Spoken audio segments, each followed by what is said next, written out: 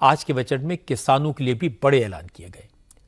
Agriculture और उससे जुड़े सेक्टर्स के लिए बजट में 1.5 लाख करोड़ रुपए से ज्यादा का एलोकेशन किया गया है। सरकार का जोर पैदावार बढ़ाने, नेचुरल फार्मिंग को बढ़ावा देने और दलहन तिलहन के मामले को आत्मनिर्भर करना बनाने पर है। इसके अलावा सब्जियों की कीमतों पर काबू पाने के लिए देश में जगह जगह सब्जियां उगाने के क्लस्टर डेवलप किए जाएंगे। अगले 2 साल में 1 करोड़ किसानों को नेचुरल फार्मिंग सिखाई जाएगी। मोदी सरकार लगातार नेचुरल फार्मिंग पर जोर देती आ रही है, जिससे केमिकल फर्टिलाइजर्स और पेस्टिसाइड्स का इस्तेमाल कम किया जा सके। सरकार अब 109 फसलों पर सबसे ज्यादा फोकस करेगी। आज प्रधानमंत्री मोदी ने कहा कि देश को दलहन और तिलहन यानी पल्सेस और ऑयल सीड्स के मामले में आत्मनिर्भर बनाना होगा। मोदी ने कहा कि सब्जियों का क्लस्टर डेवलप करने से लोगों को कम दाम पर ताजी सब्जियां मिल पाएंगी।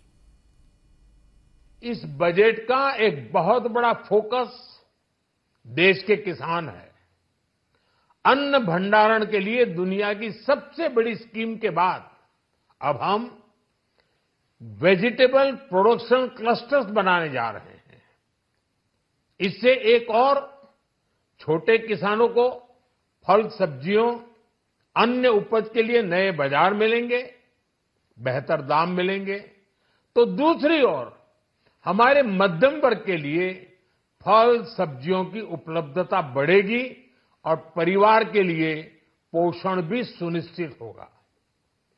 कृषि क्षेत्र में भारत का आत्मनिर्भर बनना समय की मांग है। इसलिए दलहन तिलहन की पैदावार बढ़ाने के लिए किसानों को मदद की घोषणा की गई है। कृषि मंत्री शिवराज सिंह चौहान ने एक्सप्लेन किया कि यह बजट किसानों की आमदनी बढ़ाने में मदद करेगा।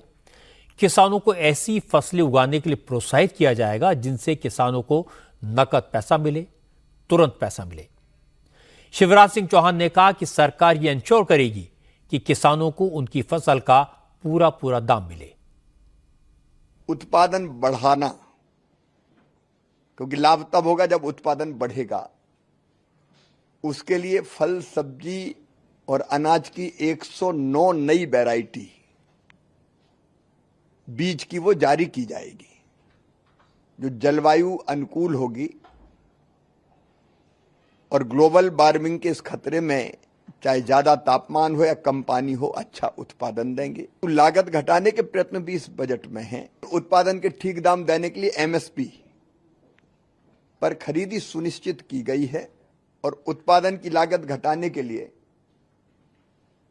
और आने वाली पीढ़ियों के लिए सुरक्षित धरती बची रहे, इसके लिए प्राकृतिक खेती पर व्यापक पैमाने पर ध्यान देने की घोषणा वित्त मंत्री जी ने अपने बजट भाषण में की है।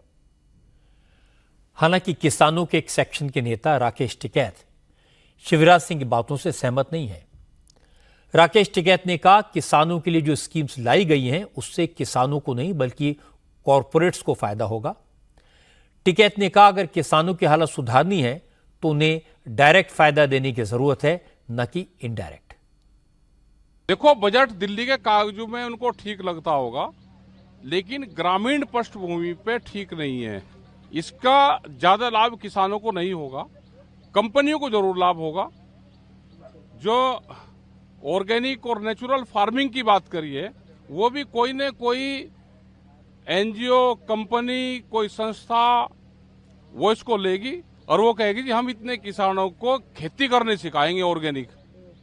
यह आएगा, उस पर पैसा चला जाएगा। वो डायरेक्ट किसानों को लाभ देना है तो उसकी फसलों की कीमतें देनी पड़ेगी। आप उसको पानी फ्री दे दो, आप उसको सस्ता फर्टिलाइजर दे दो, दवाइयां दे दो। क्या जितने इक्विपमेंट एग्रीकल्चर में लगते हैं उस पर जीएसटी नहीं है? आप उसको फ्री कर दो तो इक्विपमेंट कुछ सस्ते हो जाएंगे। राकेश टिकैत ने जो बात कही वो किसानों की कम, राजनीति की ज्यादा है। उन्होंने पुराने रटे रटाए डायलॉग बोल दिए। सरकार किसानों के लिए कुछ भी कर ले, टिकैत जैसे नेता इसमें कॉरपोरेट्स का, उद्योगपतियों का फायदा ही देखेंगे। आज के बजट में किसानों के लिए क्या किया गया है, अगर इसे निष्पक्ष होकर देखें तो लगेगा कि सरकार का इरादा किसानों की इनकम बढ़ाने का है। रिसर्च के जरिए, बेहतर बीज की मदद से, सप्लाई चेन्स के जरिए, बेहतर स्टोरेज से, नेचुरल फार्मिंग से किसानों को फसल का बेहतर दाम मिले, ये मंशा है। एमएसपी और बढ़ाकर दी जाए, ये योजना है। किसानों को साइंस का, नई टेक्नोलॉजी का लाभ मिले, उनकी सोच, उनकी इनकम नए जमाने के हिसाब से चले, इसी में सबका भला है। जहां तक बजट को लेकर राजनीति का सवाल है, कांग्रेस एक तरफ कह रही कि निर्मला सीतारमण ने उनके मैनिफेस्टो को कॉपी पेस्ट कर लिया। अगर बजट में उनके मैनिफेस्टो की बातों को इंक्लूड कर लिया गया तो फिर वो ये कैसे कह सकते हैं कि बजट में कुछ नहीं है, ये बजट बेकार का है। एक बात ये कही गई कि ये बजट कुर्सी बचाने का बजट है। कांग्रेस ने अपने मैनिफेस्टो में जो लिखा था, राहुल गांधी ने चुनाव के दौरान जो वादे किए थे, वो भी तो कुर्सी पाने के लिए थे। अगर बीजेपी ने जनता की भलाई के साथ साथ अपने राजनीतिक हितों का ख्याल रखा तो इसमें गलत क्या है?